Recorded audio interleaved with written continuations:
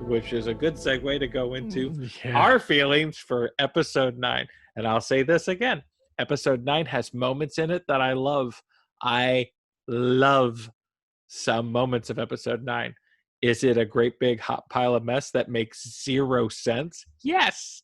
Yes, it does. It's the dumbest. If you step back and think about it, it's the dumbest Star Wars movie maybe ever made.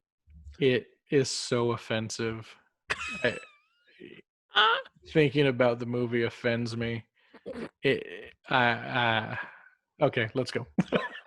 All right. So, for what people say, because it was pressure from the fans, I don't know if that's true or not. They brought J.J. Abrams back in. J.J. Abrams famously said in multiple interviews, in episode 7, I took it very seriously and I took this world very seriously. I felt like I was being given the keys to the kingdom. In 9, I just had fun with it. Cool. Yeah. I wish you had treated this like it was still the keys to the kingdom. So, because I liked episode 7 a lot more than I liked episode 9.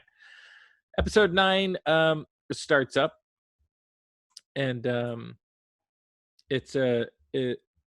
where we left off in 8. Everything is back to kind of basics, but destroyed, which is exciting. There's a lot of different ways to go.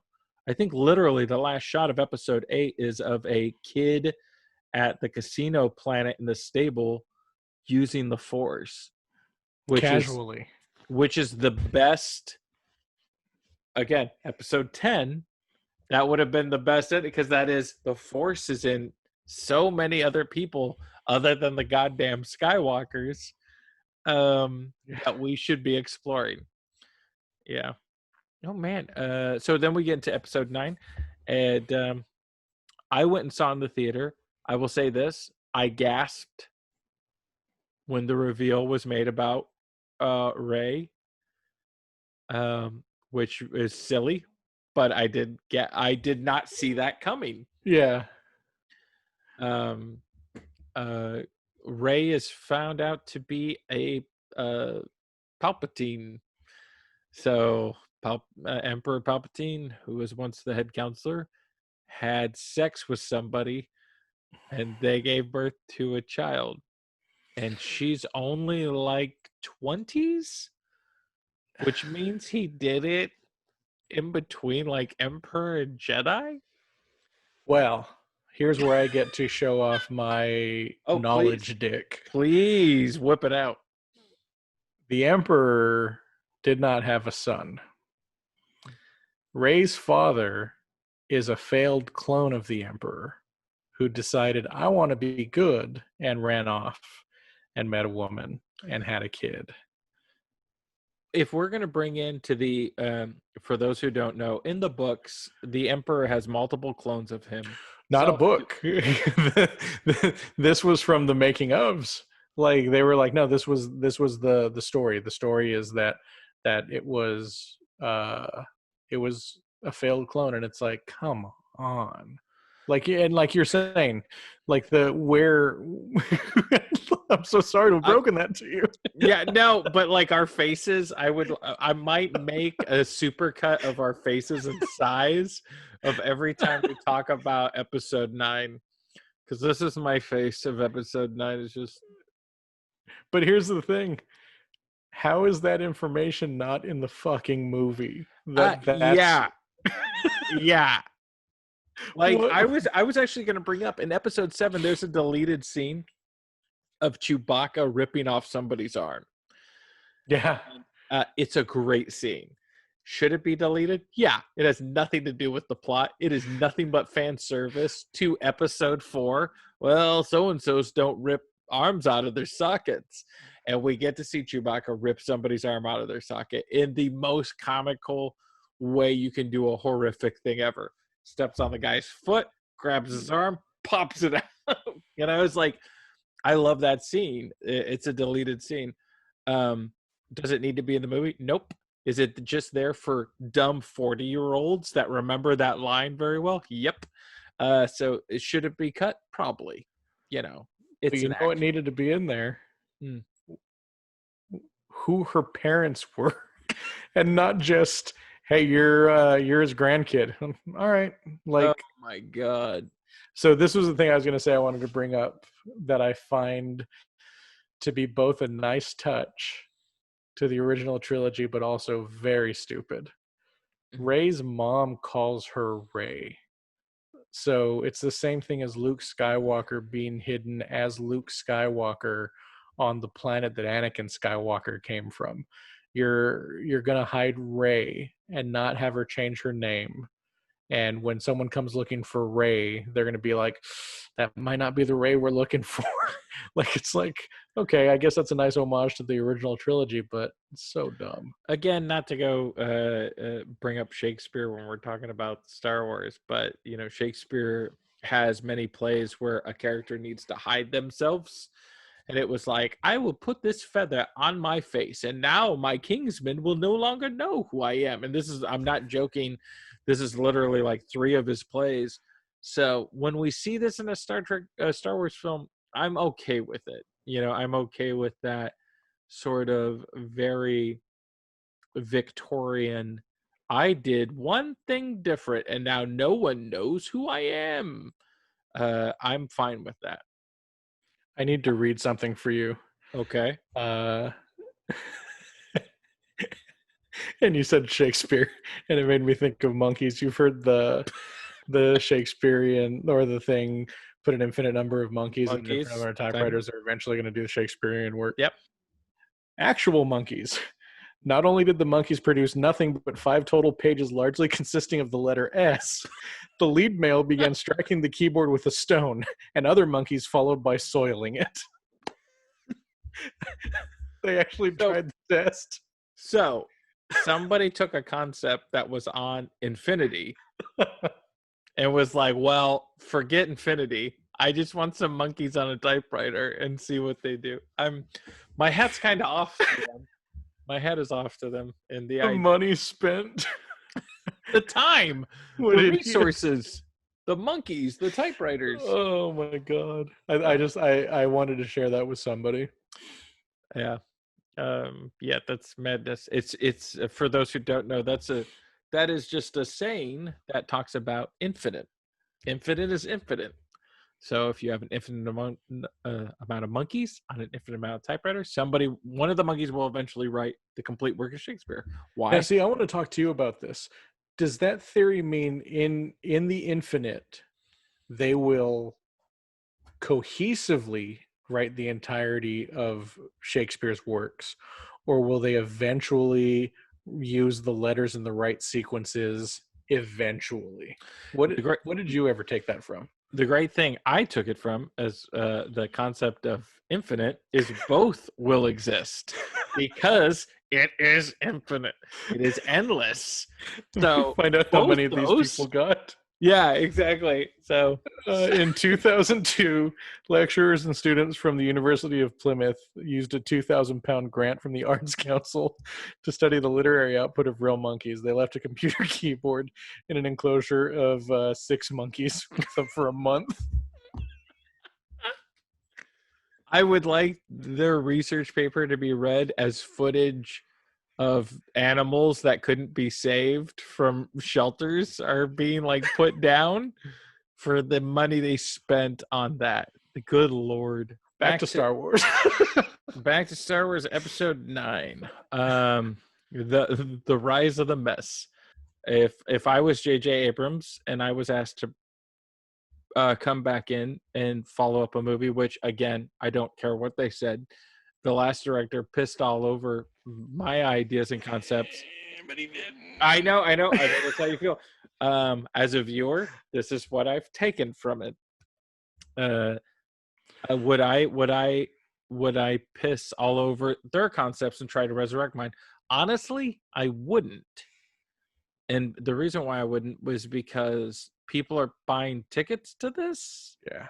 And I should show them a certain amount of respect. I did not decide to have Rian Johnson follow me in the last movie. He did. And his sins are not mine. So if he wants to throw away that Luke should have taken this seriously, if he wants to throw away Rey should have been somebody serious, if he wants to throw all this away, okay, that's what I'm working with. And then you make a movie from that. I feel, and I like J.J. Abrams and I like Ryan Johnson. I feel J.J. Abrams was like, fuck that, We can throw both agree away. we don't like Colin Trevorrow, though, right? I don't. Here's my thing about you, Colin Trevor. I don't even know you exist. That's fucked up. I'm sorry. What was I that from? Oh, it's that great Mad Men line where he's like, "Oh, I bet you're just so happy that I failed, right?" And he goes, "I don't even think about you."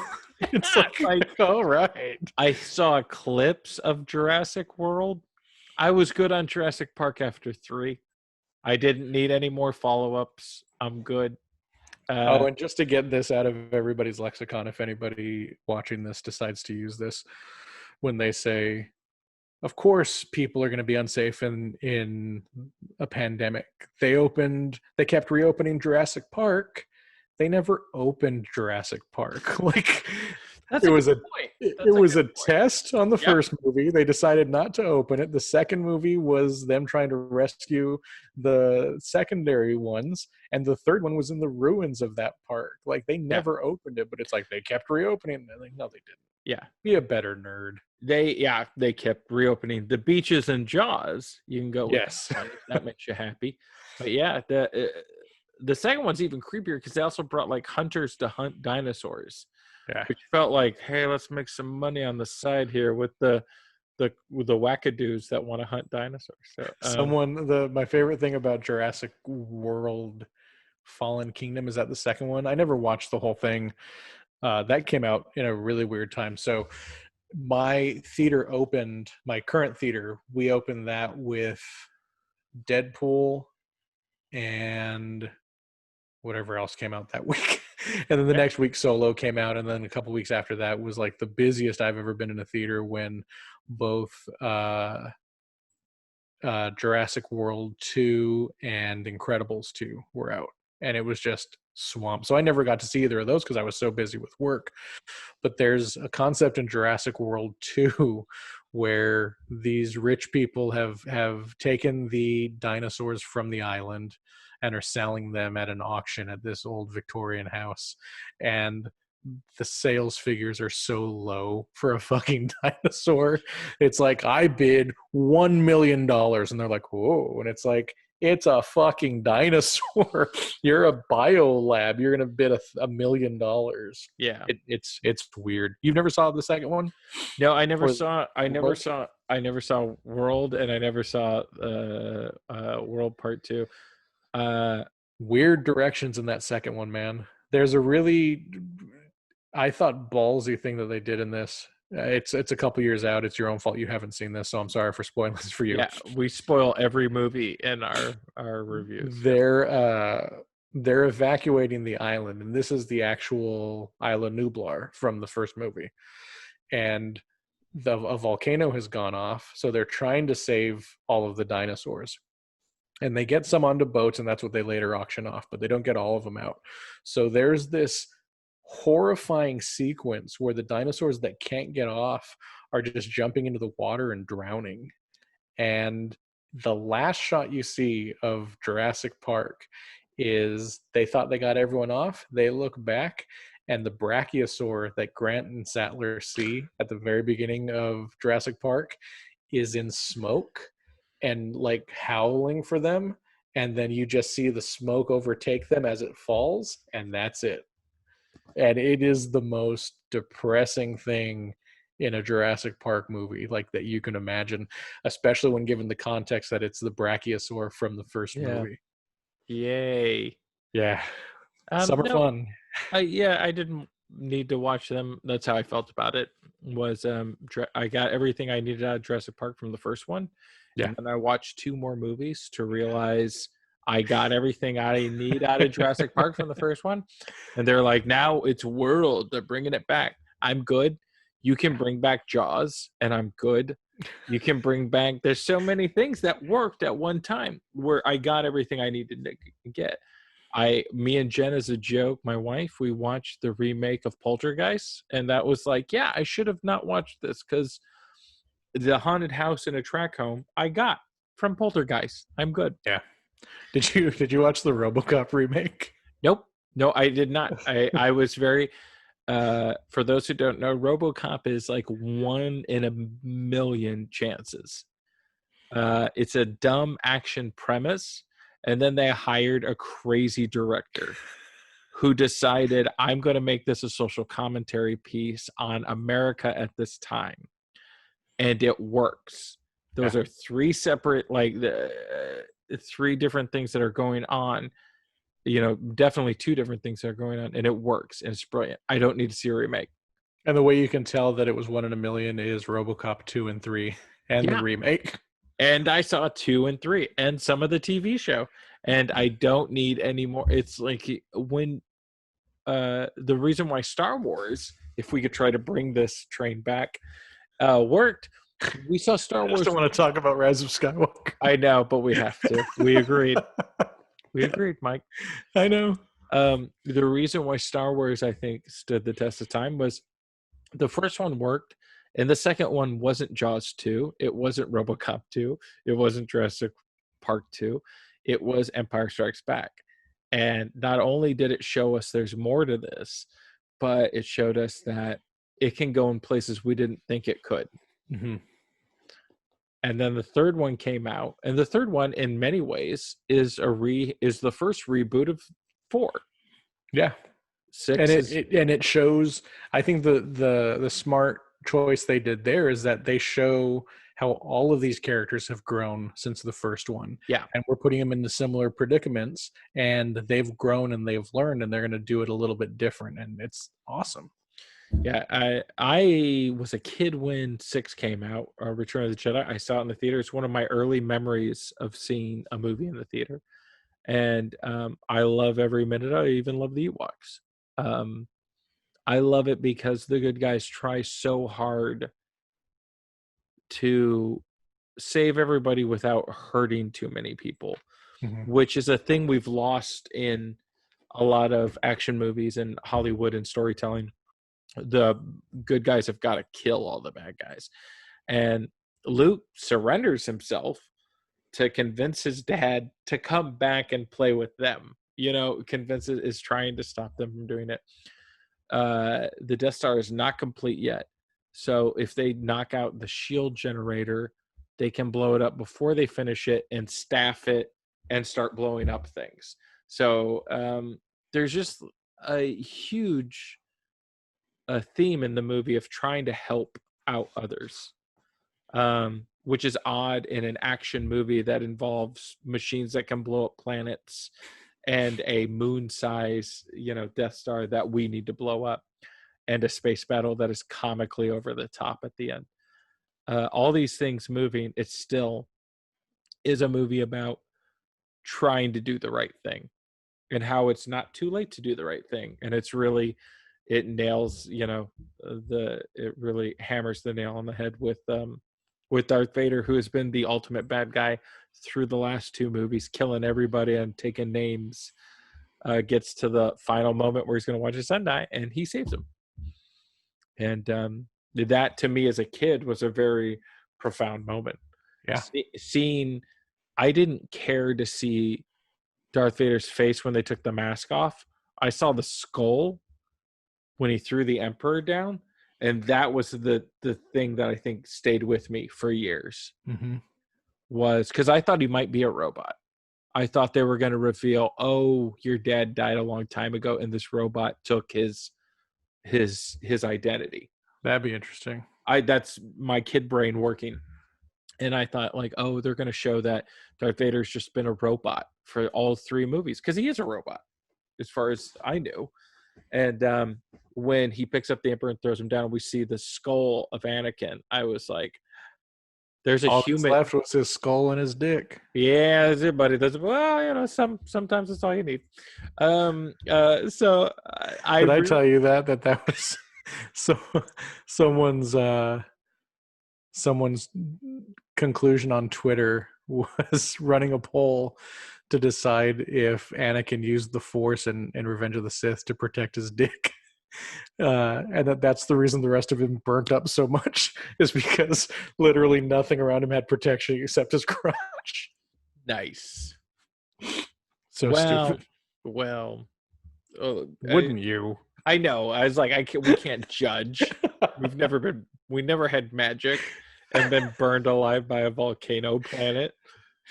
All right. So Speaking after of that, RoboCop, then, like, you think RoboCop has? no, he wouldn't care that much about the law if he still had it. Um, uh, the fourth directive would have been there. You know, Protect the dick.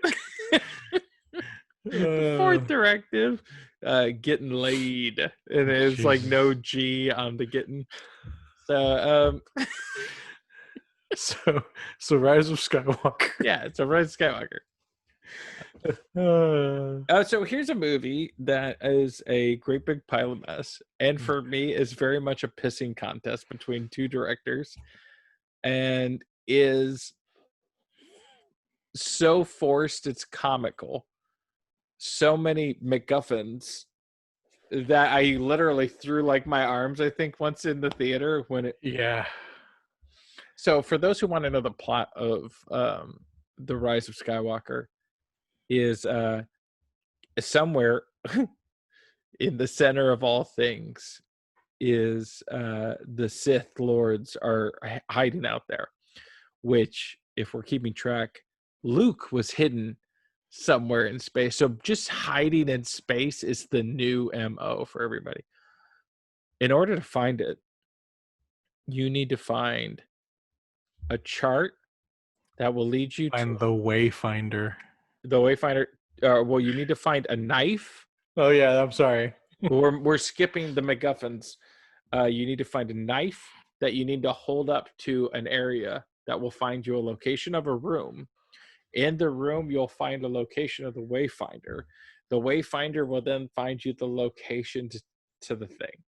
It is, if somebody was talking to me at that in a meeting, not only would I comically yawn at them, I would shame them for like the rest of our existence. Like, oh yeah, you're the guy who wanted to have 8 MacGuffins before we got to our plot.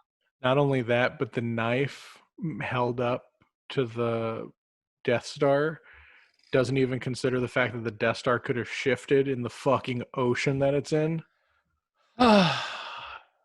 Yeah, we're using logic to think about Star Wars Episode 9, and that's a tricky thing. But you could use logic in every other Star Wars movie. We're not asking too much. We're just asking to have some consistency. Yep. And this movie just had too many of those moments. But then also, like, in the build up to it, like the press at like Star Wars Celebration and everything was like, in this movie, we go to more new planets than we have in any of the other movies. It's like, but why? And I can't think of, I can't remember what Star Trek episode it was, but someone's trying to justify what they did to Picard. And Picard just goes, they're like, this reason. He goes, but why? And they're like, because this. And he goes, to what end? Like, he's immediately like, what are you thinking? Yeah. And like, that's what it felt like in here. It's like, we're going to go to the most planets. Why? Yeah. Because this. Okay. So, like, who cares? Yeah. Get to it. If you can't get to it in your storytelling, why is the question. And it's like with this movie, there's so many hurdle jumping that they make us go through, which is their first big crime. I'm going to go through the stuff I really dislike about this. Then I'll go over it. There are things in this movie I really like. Okay. There are things in episode 9 that I actually like. So we got to go through that. Meanwhile, our main plot, Rey has discovered yet another force power that has never been revealed to anybody in these films. That,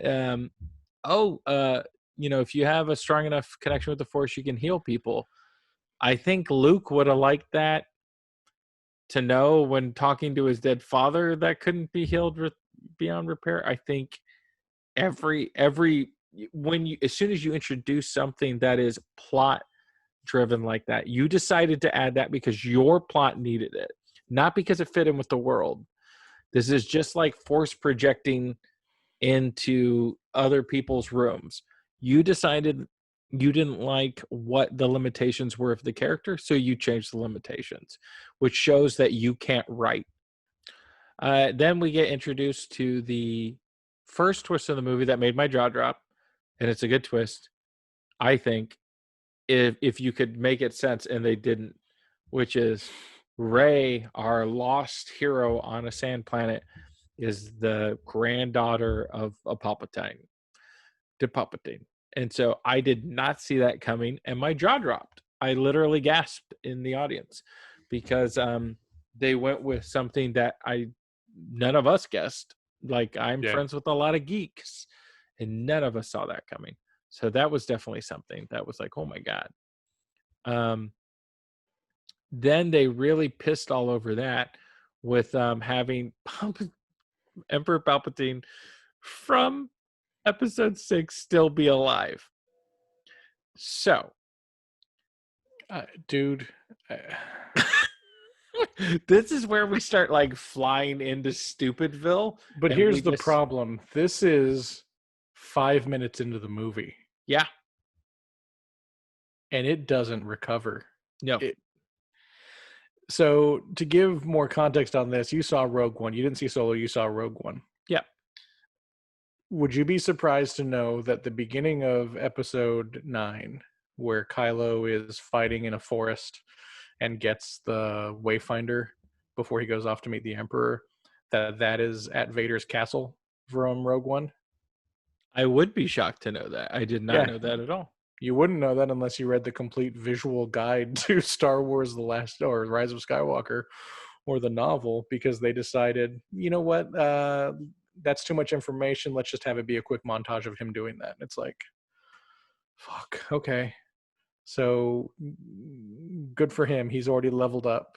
Why didn't we show establishing shots of that would have connected us to the other movie and would have made Rogue One more important? That it established this a location before we went to it. Or even give the idea that Vader had a map to this planet, because that's how important this planet was. And somebody that is obsessed with Vader, which we know this very much about Kylo Ren, would absolutely know what planet he claimed as home. Mm-hmm. But yeah, so that's dumb. Right from the beginning, there's issues with this whole thing. Yeah. So like you said, we find out that the Emperor is alive, and it's the Emperor from Return of the Jedi that just got thrown down a fucking shaft. Oh. He got thrown down a shaft. The base he was on was blown up into space. Then it crashed into a planet that had an atmosphere. Mm-hmm. Not near Endor. The Force Moon. The Force Moon of Endor. And I'm looking at you, Trivial Pursuit. So Trivial Pursuit says like, this also said that, again, you have to read all the ancillary material for any of this to make sense. And it's so stupid that you have to do this. That's not the Emperor from Jedi. The blue waves that come out of the reactor after Vader throws him is the Emperor's soul being shot out and then sucked into a clone body on that planet. But it's an imperfect clone body because cloning stopped working at a certain point. So the Emperor that we see in the Emperor that we see in this movie is a clone of the Emperor, because they took that extended universe stuff where the Emperor's soul went into this clone, and for the last 30 years he's been going from clone body to clone body because the clone bodies cannot handle his dark side essence. Oh, of course, yeah. Oh, well, am I making the movie any better for you by telling you all these crazy things? Like, because at least there was somebody somewhere that was like, hey, none of this works. Can I create some lies to make it work? So it makes me feel a little better that somebody somewhere was like, no one would have survived that. And so just because his hands are messed up, when you show him, that's not gonna work, man. No. So Kylo Ren finds himself meeting the Emperor after he tells Rey about it's her granddad. We have a very interesting moment after we see this new plot device of her being able to heal people with the Force. She gets mad because a ship stole Chewbacca and she reaches out her hands, and electricity shoots out her hand and blows up the ship. And that was, to me, another great moment of like, oh my God. One, it's very exciting for an audience to see a character has extreme powers that they don't know yet how to control. And this is a way to kind of fish us in. You've got the audience. If you show a character do something that they don't realize they know how to do, and they're scared or worried about it, and then they got to learn about it, it tells us that our character is somebody special, somebody interesting, and that we're going to see them learn about how to deal with it. As soon as she shot lightning bolts out of it, all of us thought, wow, like a Sith, like Emperor Palpatine. And then that's kind of undercut when we find out Chewbacca is alive and fine. It would have been a great undercut later in the movie, but they do it like 5 seconds afterwards. Yeah. And it's kind of like, so that was pointless. It's another thing for me that I would think that if she had killed Chewbacca, she would have immediately felt that Chewbacca was dead. The same way that when she realizes Chewbacca's alive, she's like, Chewie's alive. Yeah. So she shoddy. wouldn't care. It's us to care. Yeah. Han's already dead. Chewie dying, I thought was fine. And the fact that she killed him by accident, I thought was kind of cool. I was like, oh man. So I was down with that. And then they negate that just to see later. Kylo Ren then finds the Emperor. The Emperor has a solid plan for taking over the galaxy, like really solid plan. He's going to hide. Somehow, he's going to have a bunch of people make Corellian Star Destroyer ships. Somehow, hundreds. Somehow, each one of those ships will have a Death Star Death Ray on it. Somehow, he will not release it. He's going to hide them under ice. Somehow, they will all be controlled by an antenna that's on his roof. This is a stacking of dumb bullshit like you don't see, because audiences aren't that dumb. And this movie is telling us we think you are that dumb. And so that's really rare. If I don't watch the Fast and Furious movies, but if in a Fast and Furious movie, I really should. If a car like start at 4. Yeah, start at 4. If a car jumped and then had wings and a jetpack and he flew and he grabbed the car and he hugged it as he flew it somewhere, it's like, yeah, that's how I drive my car. Like, they wouldn't do that, because car fanatics would be like, that doesn't make any sense. That's dumb, and no human could just carry a car like that. And that's what this felt like. There's a moment in 5 or 6 where someone on a motorcycle flies off of a bridge, and either Vin Diesel is on a motorcycle also, or jumps out of a car, but like puts himself in the position where this person is flailing and gets himself so that he's also flying and just hits the person to land back on land. And it's the stupidest thing ever. But God, I love those fucking movies. They are so dumb and good.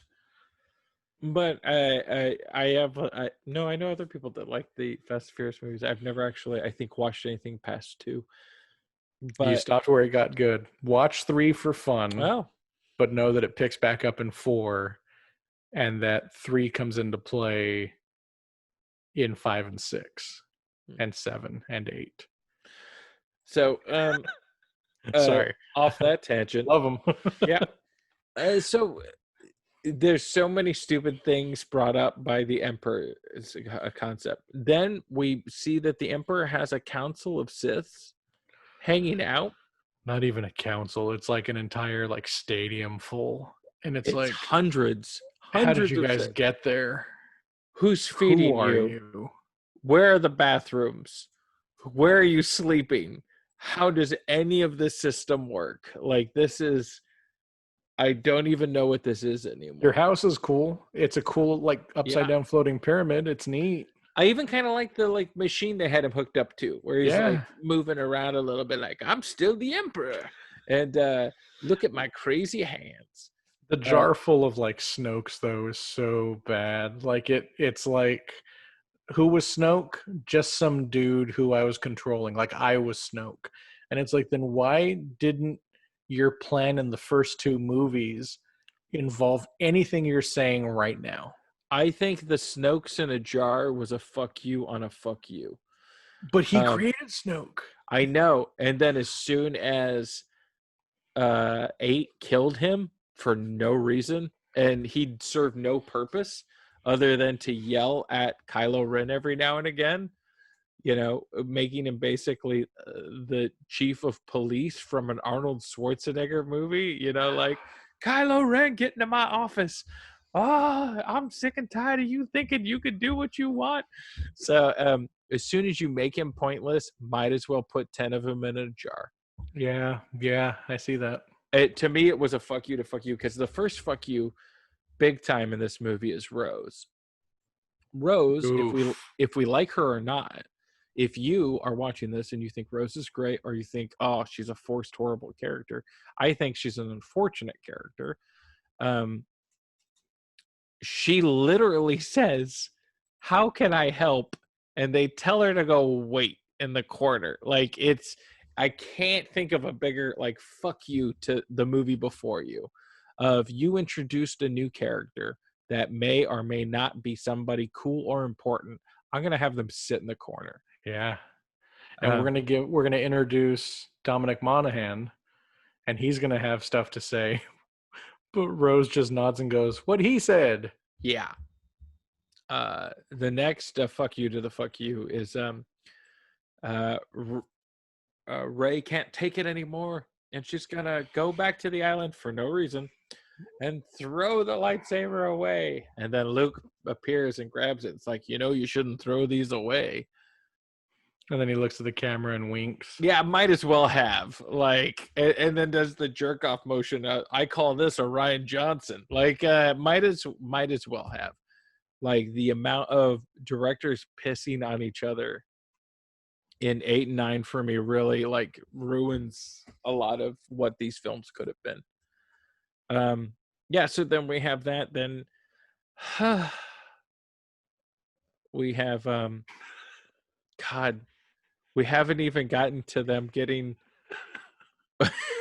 we're like 20 minutes in, folks, into this movie. We haven't even gotten to them like fighting on the old Death Star. Oh, There's a bunch of fan service stuff in this that just doesn't work out. Oh we can man. assume that everybody has seen this, so we Yeah. don't need to beat by beat it. I don't think for this one. Okay, I'm gonna real quickly, because we're just gonna get negative and we're gonna stay negative. I'm gonna talk about the things I really liked Okay. in Last Skywalker. I liked that she was a Palpatine. That was a shock. That was revealing to me. I liked the running gag with C-3PO. C-3PO has his memory wiped, and there's this little weird guy who wipes memories. Because of the most forced plot device, C-3PO cannot read any Sith or Empire coding, because that's against his programming. So they have to wipe his programming and make him into an evil C-3PO to read it.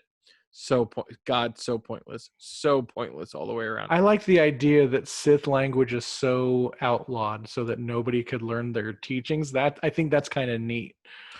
But Gotcha. who programmed him to do that if he If was we're built talking by about Anakin Skywalker? yeah, if we're talking about programming and we're getting into software and hardware, then I get a patch for my hardware to read it. I don't have to destroy everything on my computer just so I can do something illegal. Nope. Your concept doesn't even make any sense, except to people who are like, "Duh." And it's a language. Yeah, We talked about this recently where someone brute forced the riddle from the Batman trailer by just like a shot of that. So you're saying these robots can't decipher a language? yeah.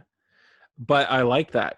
It was funny that, like, what was the little guy's name? It was like Bubba Tooie or something. Babu Frick. Yeah, Baba Frick. The rest of the movie, C-3PO has had his memory wiped, and this is the second time in the series where he's had his whole memory wiped, and he is just like, Babu Frick, my old friend. like through the whole thing, which undercuts a little bit his and R2's relationship because he does that to R2 the whole time. But if he keeps having his memory wiped, That's funny. it's funny. My oldest friend. My oldest friend, Baba Vic, is back. That's very funny. That's a funny bit, and that made me laugh every time. I thought it was going to be dumb after they did it the second time, and I kept laughing. I like Kylo Ren and Rey working together. Mm-hmm. I thought that was very almost like a Miyazaki film where like your villain is finally realizing, hey, I might be on the wrong side of things and I'm going to try to do right. And as cheesy as it is, I do like the ending of going back to Tatooine to bury it. Is it cheesy? Does it not make a lot of sense? Yep, absolutely right. And these are sci-fi fantasy movies that don't need to make a lot of sense, and it's more about themes and concepts. And so there's probably 40 minutes in this movie that is some of my favorite things from these three new movies. And then the other like hour and a half, because it's the longest movie out of all Star Wars films, and you still couldn't fucking make it work, is just an hour and a half of garbage, like comical garbage. Oh, I really did like when Finn met other stormtroopers that had left. Yeah. That got me emotional. That actually got me kind of like he's not alone. And that was sad because it was like, man, had we given Finn any time in 8 or 9, we could have had a really great character. And I know it's kind of in my head right now because the actor who played it recently came out bashing, the films and whatnot. And I didn't find the thing I liked most is it wasn't so much that he was bashing, it was like just didn't have anything to do and it kind of sucked. But the thing I liked what he said on Twitter was, all these Star Wars fans keep adding me and telling me how much they hated it. Fuck you, dude. I'm over it. Like, I love that. He's like, I don't truck with that anymore. And it's like, good for you, buddy. Yeah. It's need to be nice. I cashed my check. Yeah, it's a very awkward position being asked to act into something that has a huge cult following, and it's not your life. Well, I don't know if you have read what Daisy Ridley said either yesterday or today, but she was on Kimmel, hosted by Josh Gad because Kimmel's off for the summer, but said when JJ came back for episode 9, he said, okay, you're going to be Palpatine's granddaughter. And I was like, cool, that's awesome. But then he was like, a few weeks later, he was like, you know what? I don't think we're going to do that now. No, first he said, you're going to be Obi-Wan's granddaughter. And he was like, cool. And she's like, well, no, you're going to be Palpatine's granddaughter. She was like, okay. And then he was like, I don't think we're going to do that. And she goes, so up until we finished filming, I didn't know who I was. And it was like, what are you doing, dude? Like, what kind of plan is that? And I think that kind of comes down to the heart of like what the issues we have with 7, 8, and 9 is that you're laying the track as you go, which there have been great movies made while you were laying the track as you go. Probably the most successful or famous might be Casablanca, which is a film that literally started filming and they didn't have an ending. And the concept was 2 old lovers meet during World War II and fall back in love, which if you've seen Casablanca, that is not the script or story at all. Not at all. And the 2 writers who wrote that are very clear. They were like, yeah, we got Humphrey Bogart in it because he was on contract to do a 3rd movie. Like, he didn't read it and was like, yeah, he was told, hey, your 3rd movie's over on Downstage. People would be so amazed by how movies were made back in the day. It wasn't like, man, that was a passion project. It was like, no, I had a contract. Yeah, and that's it. The 2 guys who wrote Casablanca literally were filming it. The producer came down and yelled at them, and they were driving down Hollywood Boulevard when they discovered the ending by accident.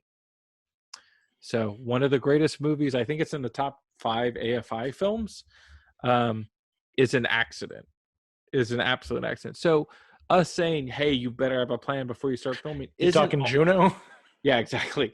Isn't always the case, but it really does show when you don't have a plan, if that makes any sense. And that's what it is, this entire trilogy, like, on its head. Like, the art of The Force Awakens had a bunch of concept art that was created off of Lucas's outline, and it has the Death Star underwater, and it has people swimming to the throne room to get stuff that they put out because they were like, this obviously isn't the direction we're going in.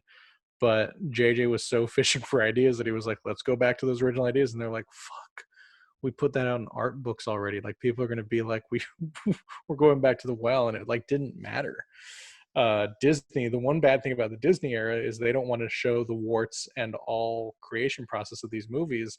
So there have not been comprehensive making of books on these three movies. And I would love nothing more than to read the actual firsthand account as to what happened on all of these movies. Yeah, These movies more so than the prequels, because those were Lucas unfettered yeah, and him doing what he wants. The first three movies are interesting because of like the process, and I think these would be even more interesting because of everything that happened back and forth. I think you're generous with 40 minutes of good in this movie. I there's a lot that I like that falls apart under scrutiny. yeah. I like the ending, but Rey is burying those lightsabers on Tatooine, Yep, a planet that Luke wanted to escape and yep, that Leia had only been a slave on. yep. And she's burying them next to Uncle Owen and Aunt Beru's bodies, and next to Anakin's mother's body, because Yeah. they bury her there in Attack of the Clones. Like, So it's why are weird. we seeing this at the end of this? Because that's the planet we saw at the beginning of the first film, not chronologically. First film we were introduced. So that's all J.J. Abrams cared about. Yeah. He didn't care about Ray would not have gone there. Really, if we were to follow the characters true, she would have gone back to the planet she grew up on. And she Or avoided it like the fucking plague yeah, and been anywhere but there. yeah. But I mean, if you really wanted to connect it for that personal character, it's like, hey, this is where I was safe as a kid, hiding in this, destroyed superstar destroyer, and she would have buried it there. She would I have I not say the gone to opposite. Uncle Owen's. I think she would have gone to Luke's island and set up Yeah, shop there. something But like that. you'd already visited there earlier, so you're not going to go back to that at the end. Yep. So artistically speaking, you're not going to end it there. So it's like, boy, what are you doing? Another Uh, problem that I have is he does the same thing with the music that he did in Force Awakens. You at the end, they land on the planet and they're having their celebration, and Yoda's theme plays while Dominic Monaghan hugs some alien, yeah.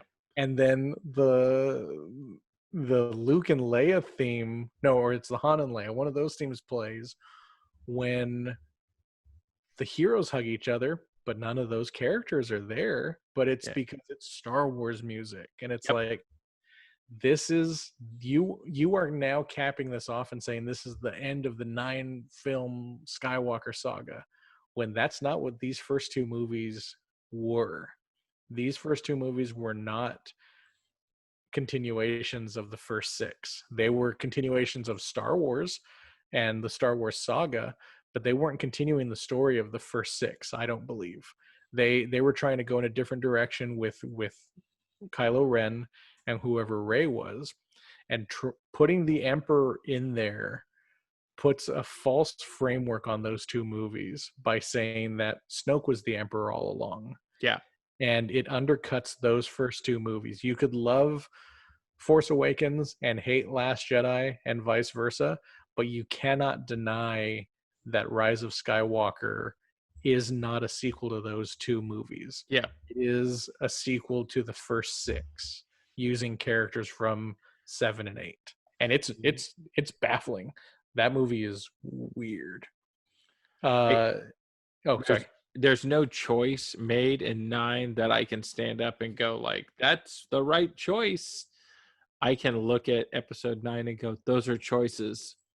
That's about it. Like, somebody made a decision. That's it. Yep, It was made. it was made. It's a movie. I There's a moment at the end of The Last Jedi when Poe says, where she says, "I'm Rey," and Poe goes, "Oh, I know. Like, I know who you are. Cool." And then you have a connection at the beginning of this movie. Why not make them romantically involved? If you have to make anyone romantically involved, why not do that and have that be a triangle? But don't introduce a love interest for Poe when you don't need one. They introduce that Rocketeerish character. Yeah, Why? which that seemed well. I guess there was a big fan. There was a big online thing saying that Poe and Finn might be lovers. Let And them. one, let them. Two, why is it every two males that are friends have to be love? Like, am I the only one that has friends as an adult? Like, I I feel don't like think this. anyone is saying that. I just think that It with keeps Star Wars, it never. happening. It keeps happening. Where Oh, like fan fiction for like anything Star Trek. Um, people say that, but when has it ever been enacted? I I think get. that's the problem. The fact that it's never actually happened I is the problem that I think is the reason that yeah. people keep bringing it up, because it has never come to fruition. It's like that Frank Miller who wrote some of the best Batman stuff. That was like my big hate on his uh, Return of the Dark Knight. He very much made like, oh, Joker is a homosexual that's in love with Batman, and it's like, then you don't understand the characters, man. Like, and you don't. I But I also don't. think that that was a parody of like the era of Dr. Joyce saying Sure. that. Or no, it wasn't Dr. Joyce. Who was it? It was Dr. Ruth. Sorry. That did the oh, this is a homosexual Yeah. hidden subtext to the yep, maybe, but there just seems to be a lot of push anytime we have two adult male characters or even female characters that want to be friends. Hop, there must be a sexual thing, and it's like it I can. think until it happens, more power to people wanting that. Because I think that the only reason that that's happening is because people are not seeing themselves represented on screen There and want to be. there is that like How empowering would it be for so many gay Star Wars fans if Finn and Poe were lovers in yep, episode 9 yeah, and nothing was meant of it? Nothing was mentioned. All that happened was one of them kissed his cheek on the way to like the fight, and that's all you mentioned. yep, It's very perfunctory, but it's better than what we got, where it yeah. was just the two Well, women kissing at the end. what we got with Poe was a side quest to meet an ex of his that fits nowhere into the plot except being shoehorned. This whole movie is nothing but like plot device being shoehorned into it. It The used to be a drug dealer. Yeah. Okay. yeah, and we're not going to talk about that at all. We're not. Hey, I can heal people with force powers. Cool. Like we're not going to talk about this at all.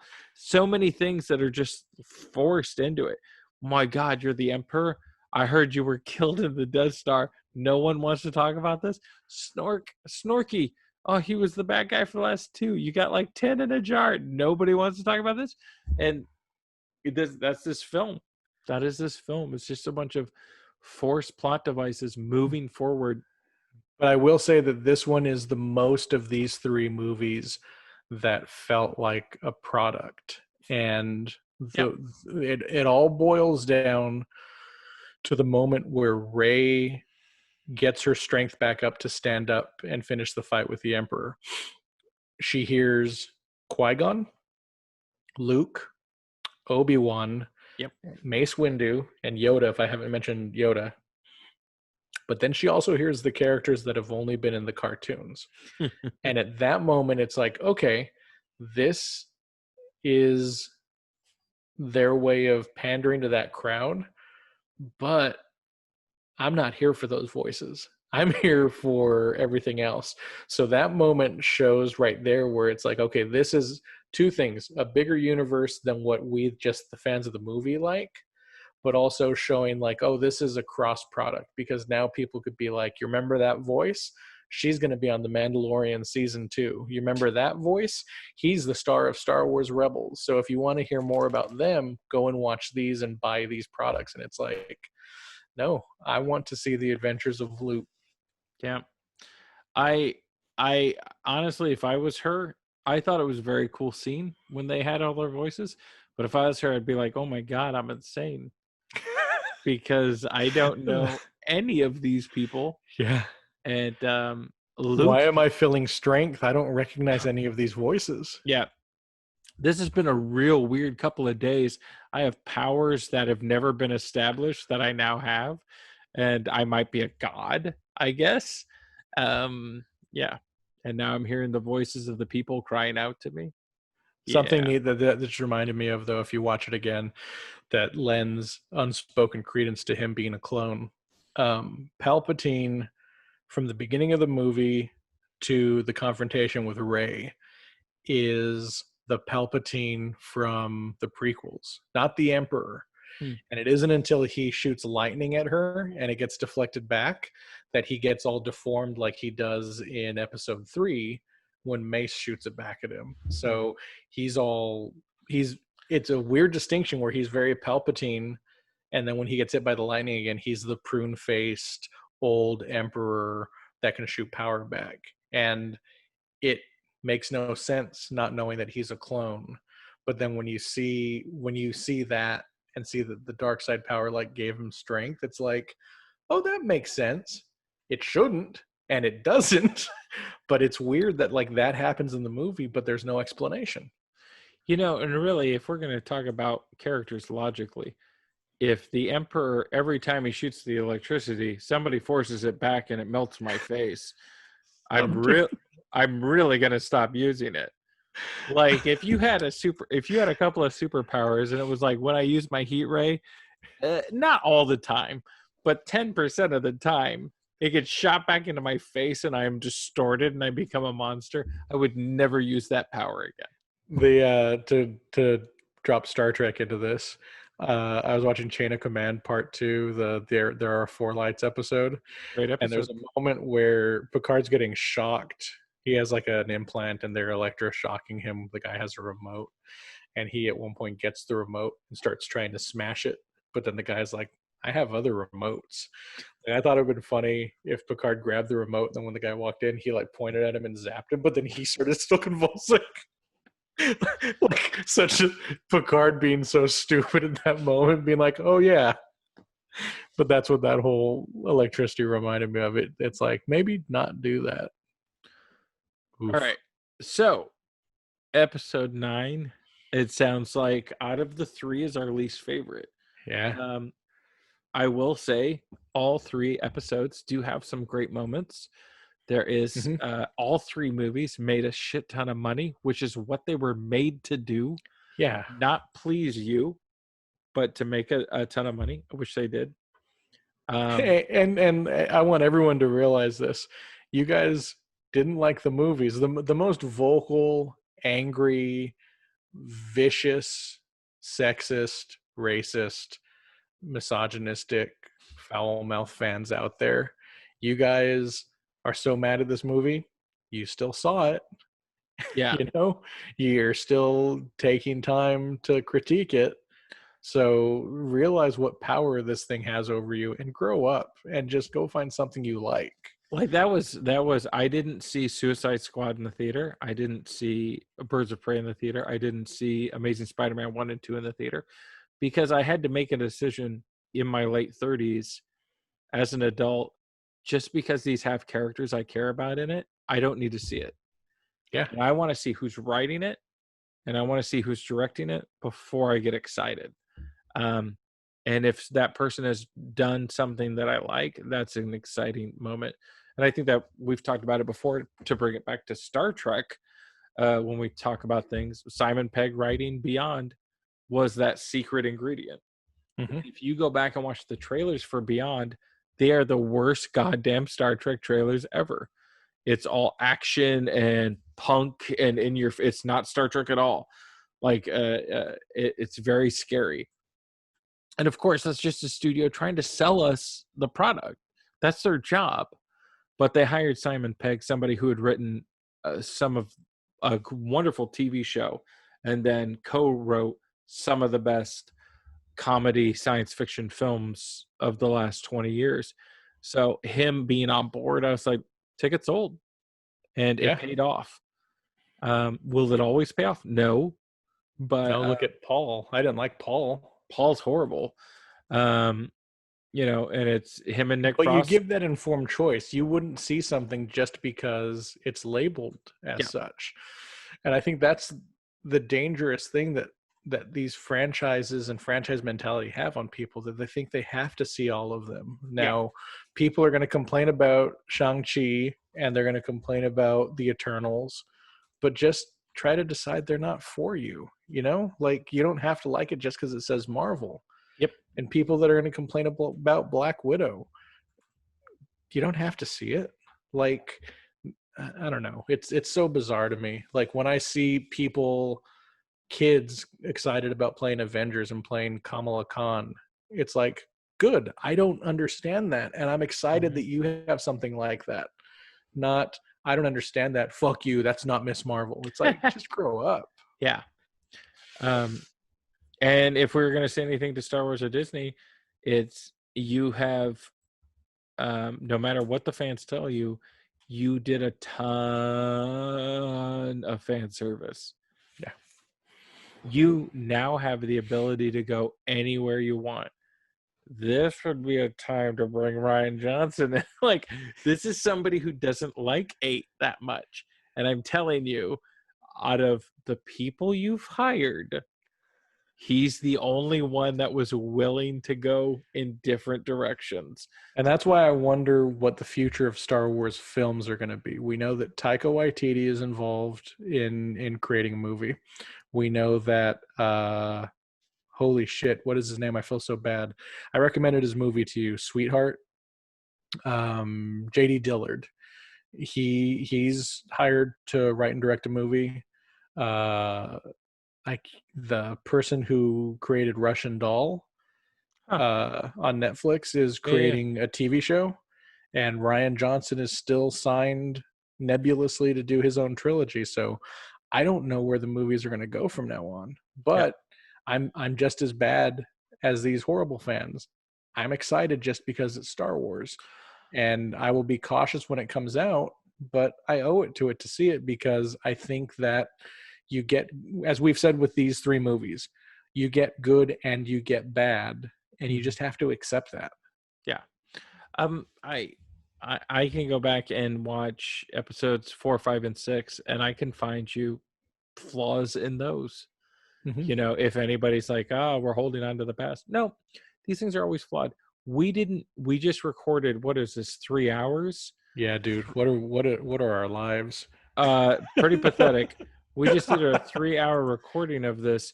We're not doing this on Jaws 4. Yeah. We are not doing a 3-hour video on Jurassic World, or even like The Amazing Spider-Man. So, No, and I've said, like, I have the 4K set of the Star Wars movies, 9 movies, when I love 4 of them, and I'm probably not going to watch the prequels on 4K. Yeah. But it was like, hey, you know what?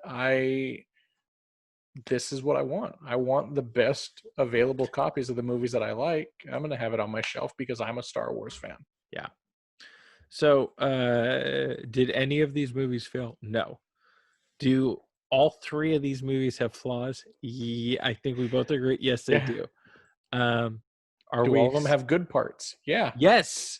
And so saying like, oh, there's nothing redeeming. Yeah, no, there's redeeming stuff in each one. Even 9, which is a cluster monkey fuck mess, is it's still amazing how well 9 turned out, given that they made every wrong choice in parts. A friend of mine said his idea of Rise of Skywalker is that it is like a very sexy friend with benefits. It is the best while you're in the middle of it, but when you step away to think about it, you're like, what am I doing? I don't think that this is the best course of action. But am I going to jump right back in when I get a chance? You betcha. Yeah. To me, I've said this a couple of times and I'll say it forever. Last Jedi and Rise of Skywalker were 2 movies a lot of us were very excited about, and in the end it really felt like 2 directors pissing on each other. and I paid $12 to $14 a ticket to watch two directors piss on each other. And I I know guess that's I take that for granted because, like I've said, I'm not trying to interrupt you. I'm so sorry. no. But it's like that's a frustrating feeling because it's like, oh man, you must hate the Star Wars films. No, I'm going back when Episode 10 comes out. I Right? know Yeah. that, and so but I do think, did they fail? No, they didn't fail.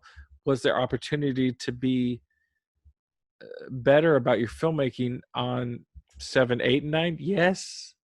But same thing with 1 through 6 also. Yep.